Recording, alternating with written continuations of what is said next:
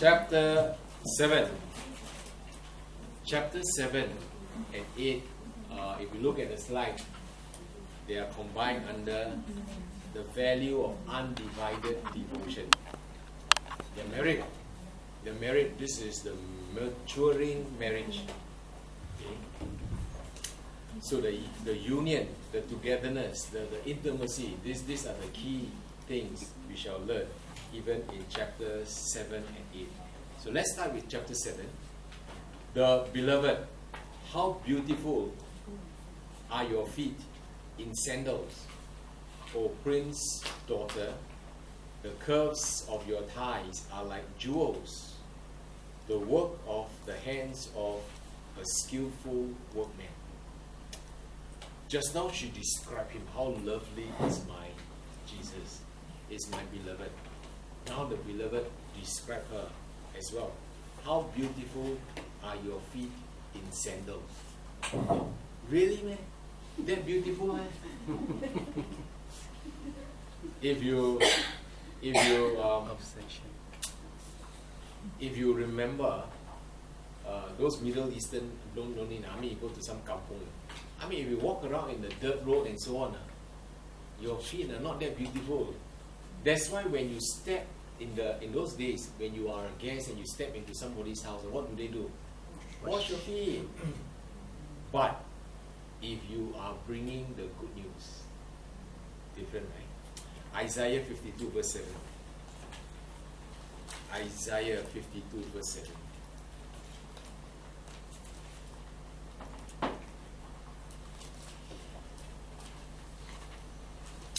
How beautiful upon the mountains are the feet of him who brings good news, who proclaims peace, who brings glad tidings of good things, who proclaims salvation, who says to Zion, your God reigns.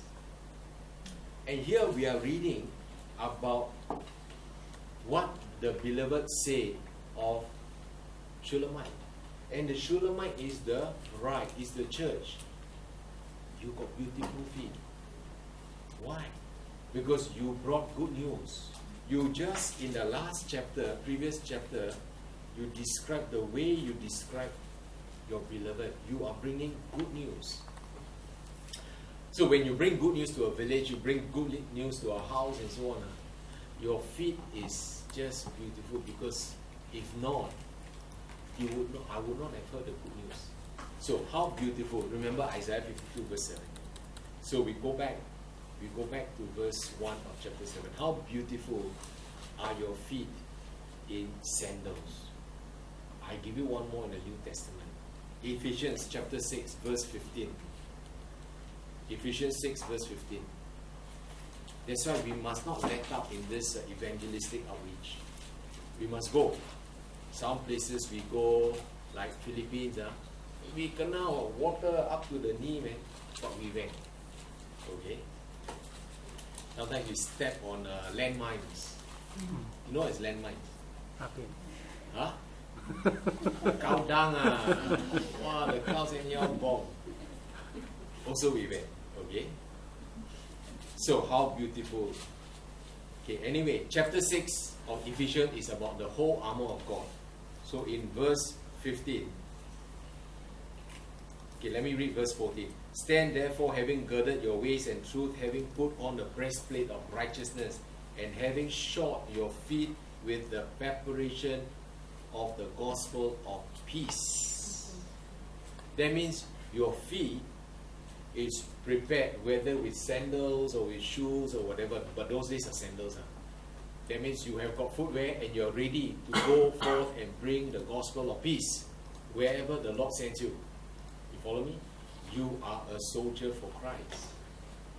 So, the emphasis both in Isaiah 52 and Ephesians chapter 6 is for us to go. O prince daughter, the curves of your thighs are like jewels. Wow, like Mr. Universe or Miss Universe. But the thigh bone is supposedly the strongest, or the muscle likewise are the strongest part of the body to hold up the whole structure, the whole body. So the curves of your thighs are like jewels. That means got muscles. Have you gone to hospital and look at very sick patients? When they stay in bed for a long while, actually the muscles all deteriorate. Then you see only bones. But these thighs here described are strong. The curves of your thighs are like jewels. The work of the hands of a skillful workman. Okay? Who work on her thighs to make them so curvy or whatever, strong? No, it's not your personal trainer. The workman is the creator, the Elohim. He is the one who made her. Okay? Who are we? No, it is Christ in us. Yeah. To work in us and through us. The work of the hands of a skillful workman.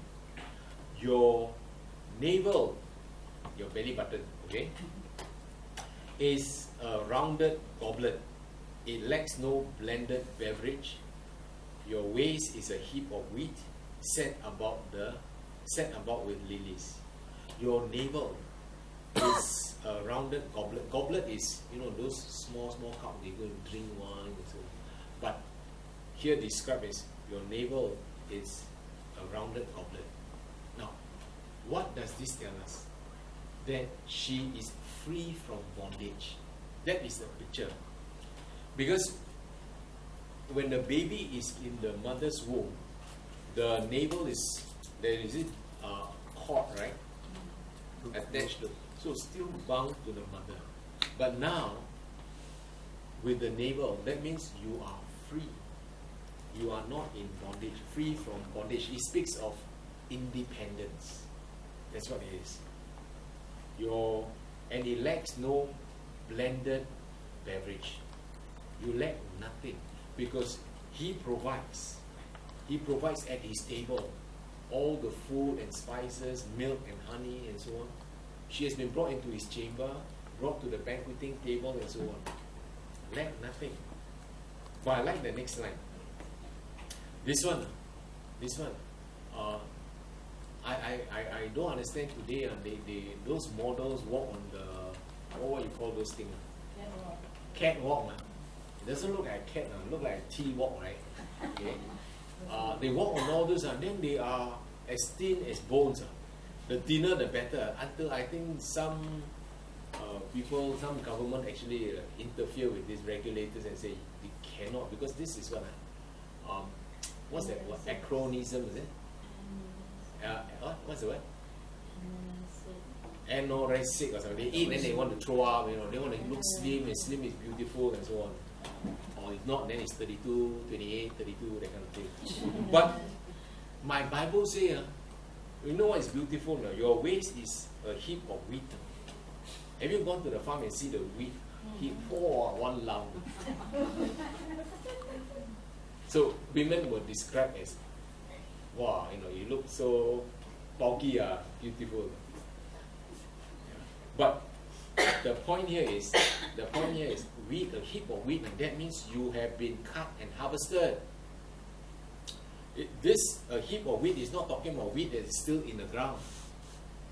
But a heap of wheat, that means they've been cut, harvested, and brought in.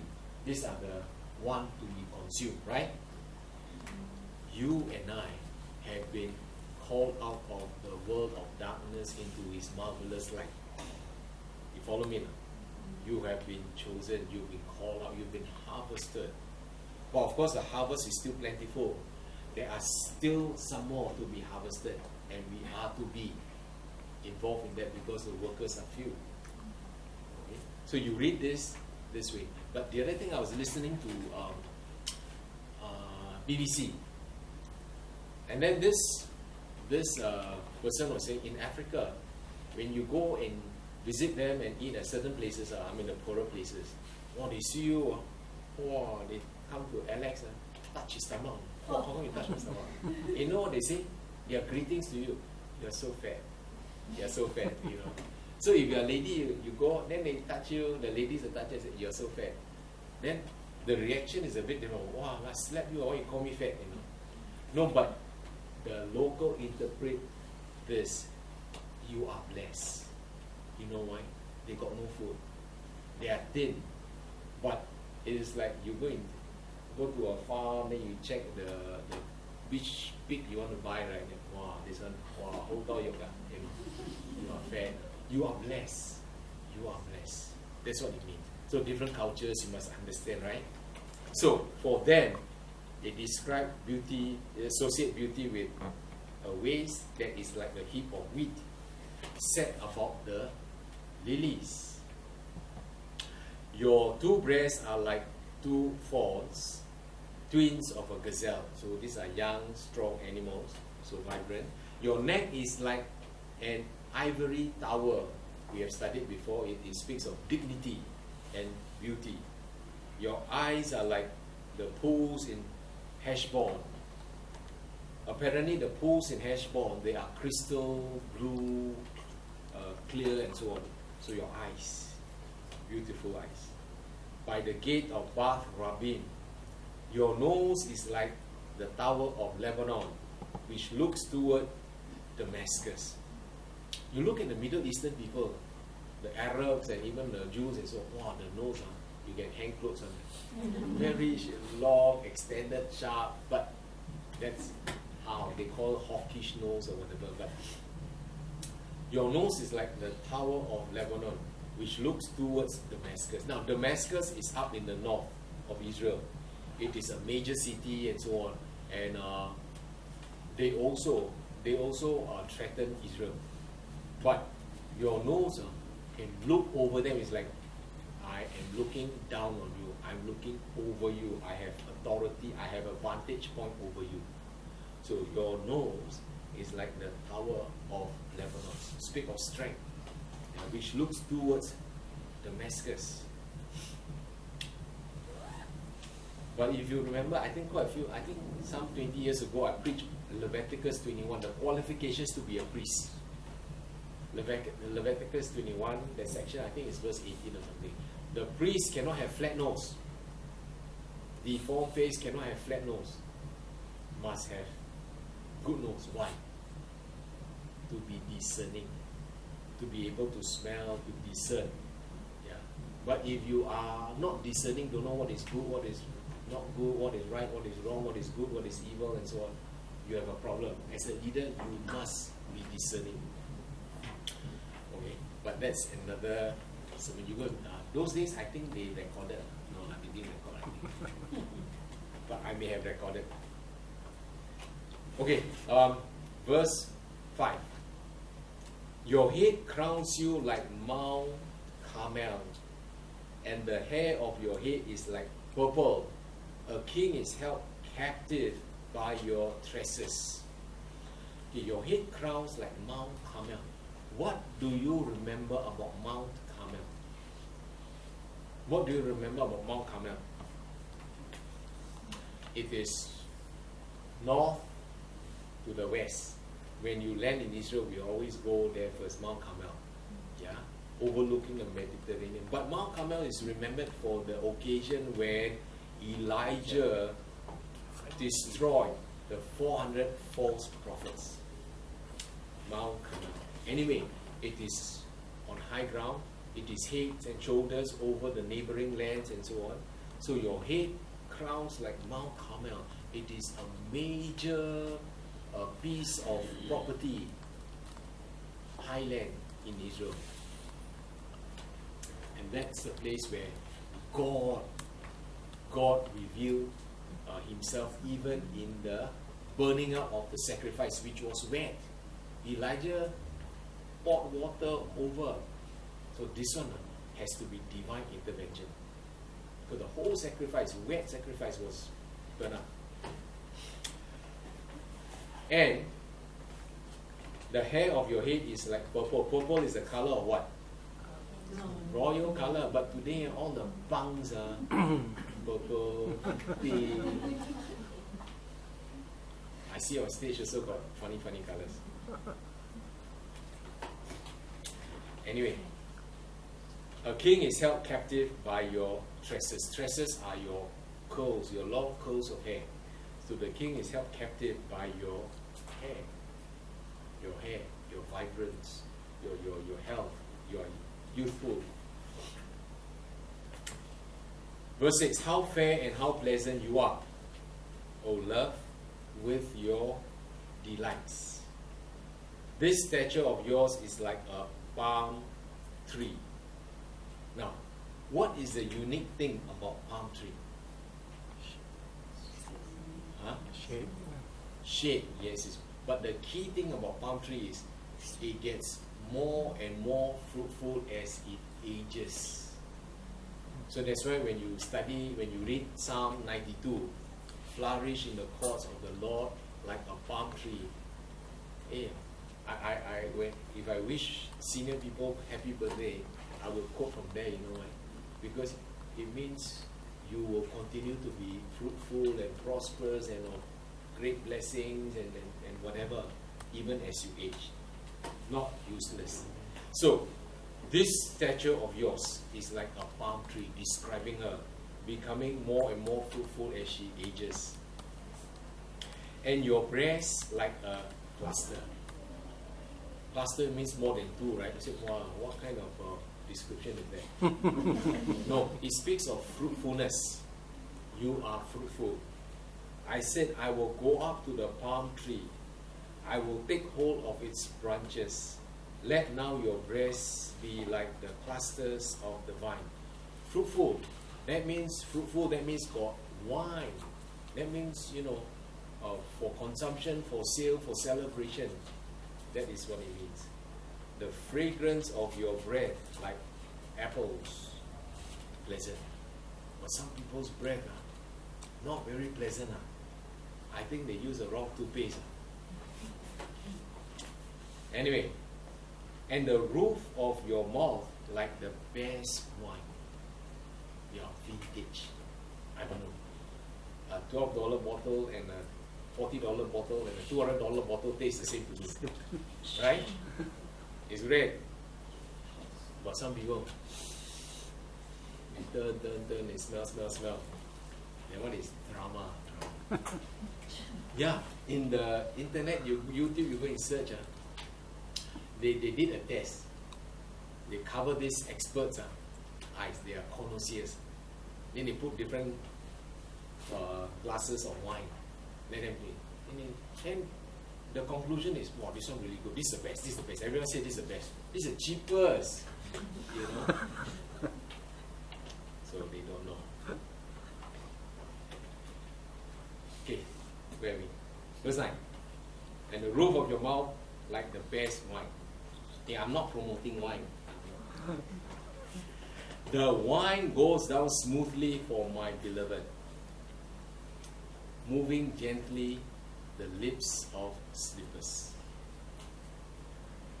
I am my beloved, and his desire is toward me. Just now in 2:16, chapter 2, verse 16, my beloved is mine, and I am his. In chapter 6, verse 3, once more, I am my beloved, and she still remember, and cannot forget, my beloved is mine. Now, you come to verse 11, chapter 7, 7:11. Is it 7? No, 7:10. I am my beloved, and his desire is toward me. So, the first part, I am my beloved, still the same as chapter 6. I'm not in charge. You are in charge. I belong to you. But in chapter 6, she went on to say, my beloved is mine. Okay? But now, she doesn't even associate anything to ownership anymore. She just said that his desire is toward me. That means what? He desires me. He loves me. You follow me? So it's totally surrender. Total surrender. I have totally surrendered to you. I am yours. Okay? And you love me. You follow me? No longer. First, started in chapter 2, I am in charge.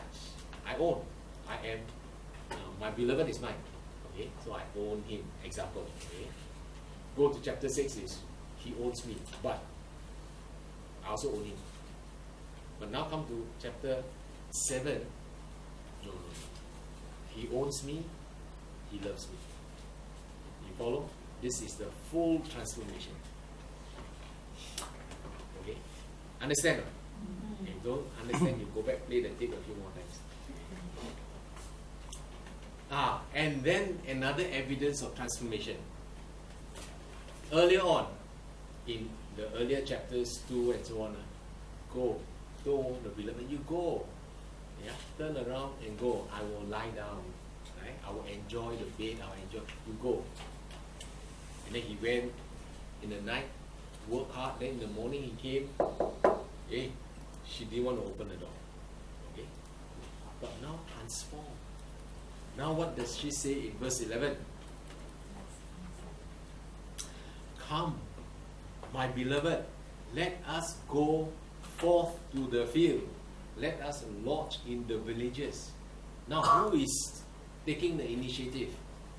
She. Formerly, she said, you go lah, I stay.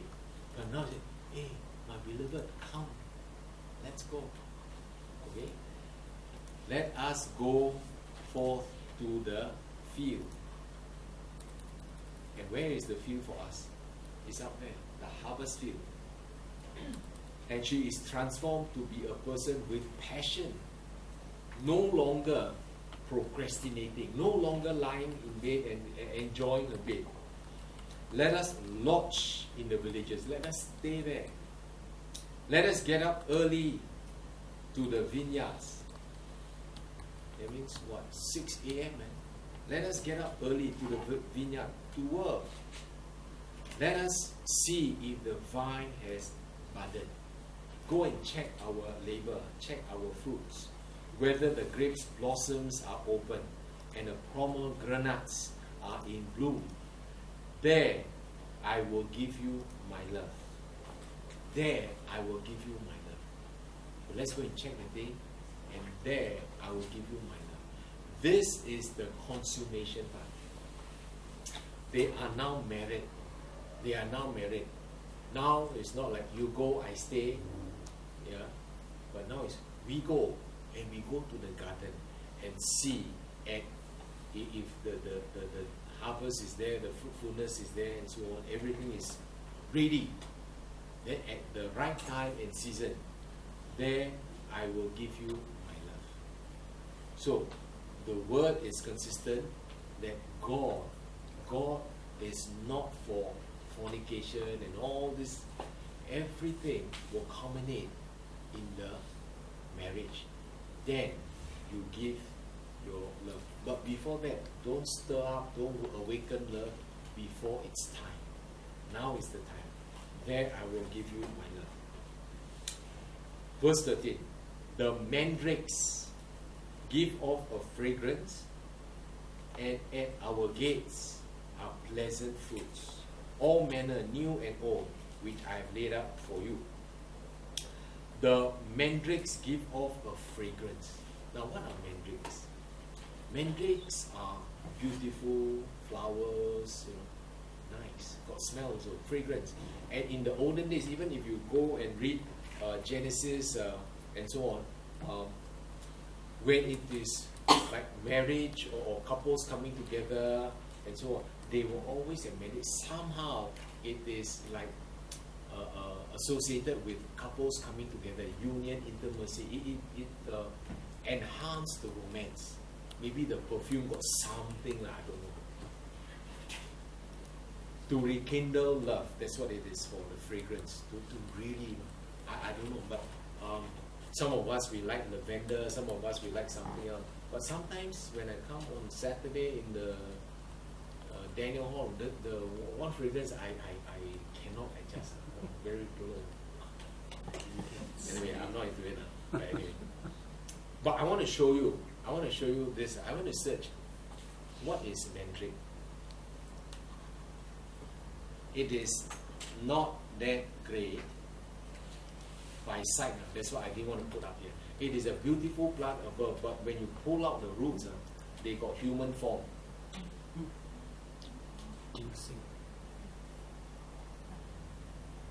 See, nice, right? On the outside, but when you pull out the roots, this is the root now. And because what captured my interest is I looked in the dictionary, look and find this plant. It is a beautiful plant, but the roots take on human form. Look like human. Look at this. A bit evil, right? Nice. You can see, if not, you go Google mandrakes. Is it? Got 2 legs.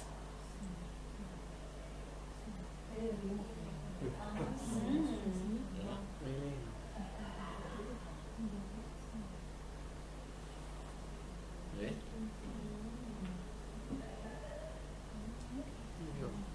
Okay, anyway, enough.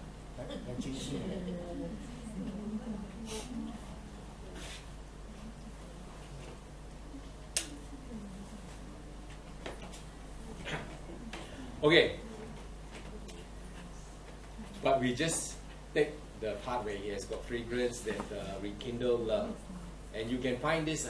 We won't turn there, but you can go and turn to at home Genesis chapter 30 verse 14.